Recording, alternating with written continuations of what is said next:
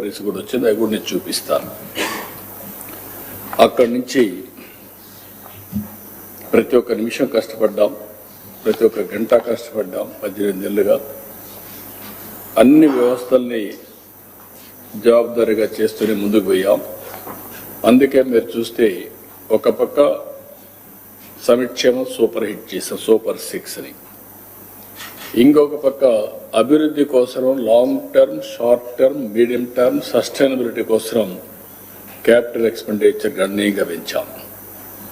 రోడ్లు, పోర్ట్లు, irrigation, airports ఇవన్నిటిపైన expenditure బాగా పెంచాం. అదే సమయంలో సుపరిపాలన, టెక్నాలజీ పర్ఫెక్ట్గా వాడుతున్నాం.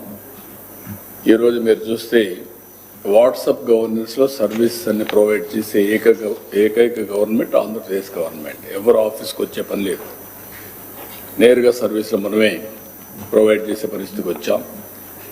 డీఫంక్ట్ అయినటువంటి స్కీమ్స్ అన్ని రివైవ్ చేశాం.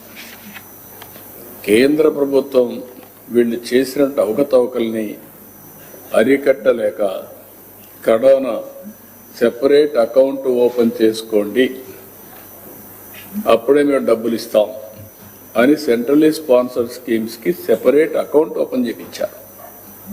ఆ రూల్స్ ఇక్కడ చూసిన తర్వాత దేశం అంతా పెట్టేశారు.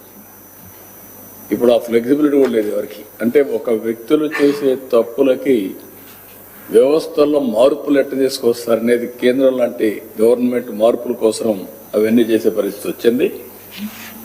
నేను ఢిల్లీకి పోతే విష్ లిస్ట్ నేను ఇస్తే ఈ పనులు చేయమని అడిగితే వాళ్ళంత మునుపు మీరు ఇది చేస్తే ఇది చేయగలుగుతాం తప్ప, లేకపోతే మేము హెల్ప్లెస్ అని నాకు ఒక విష్ లిస్ట్ వాళ్ళు ఇచ్చే పరిస్థితికి వచ్చారు.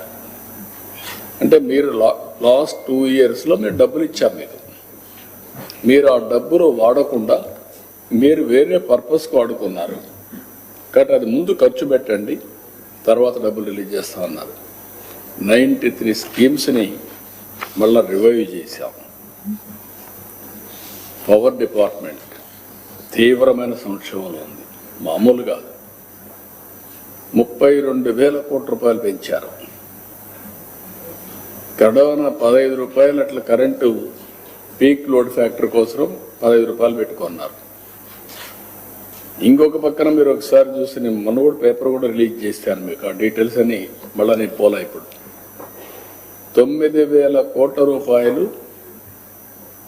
ఏదైతే సోలార్, విండ్, రెన్యూబుల్ ఎనర్జీస్ ఉన్నాయో వాళ్ళకు డబ్బులు పే చేశారు క్యాపిటల్ కాస్ట్ కింద. అది ఆపరేషన్ ప్రాక్టికల్ నిల్. 9 కరెంటు వాడుకోకుండా ఊరికే వచ్చే కరెంటుని 9,000 కోట్ల రూపాయలు కోర్టు వల్ల వాళ్ళకు పే చేసే పరిస్థితికి వచ్చారు. అది విధ్వంస పాలన. అంటే మనుషులు ఏ విధంగా ఖర్చుగా పోతారనే దానికి ట్యాక్స్ పేయర్స్ మనీ ఏ విధంగా బలైపోతున్నదో ఒక ఉదాహరణ మాత్రం. ఇలాంటివి చాలా వరకు జరిగాయి. నేను ఆ రోజు ఒకే మాట చెప్పాం, మళ్ళీ దీన్ని ఘాట్లో పెడతాం, ఎక్కడ కూడా నిర్లక్ష్యం చేయం. కరెంటు ఛార్జీలు పెంచకుండా ఈ వ్యవస్థని సమర్థవంతంగా నిలబెడతామని చెప్పాం, నిలబెట్టాం. నేను కరెంటు ఛార్జీలు 2వ సంవత్సరం పెంచాను. నెక్స్ట్ ఇయర్ కూడా సమర్థత పెంచుకుంటాం. దాని మీద కూడా ముందుకు పోతున్నాం. ఆ తర్వాత మీరు చూస్తే సమర్థవంతమైన సాగునీటి నిర్వహణతో కరువు లేకుండా చేస్తామని చెప్పాం. ఈరోజు మీరు ఖరీఫ్ అయింది, రబీ స్టార్ట్ అయింది. దగ్గర 950 TMC ఆఫ్ వాటర్ రిజర్వాయర్లో ఉంది. మీరు అవేర్లో చూసుకో 940 ఆ ప్రాంతంలో ఉంటుంది. ఇంకొక పక్క గ్రౌండ్ వాటర్ ఎక్కువ శ్రద్ధ పెట్టాం.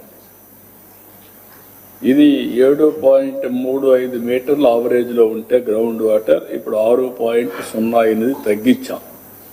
అంటే గ్రౌండ్ వాటర్ పెంచాం. రాయలసీమ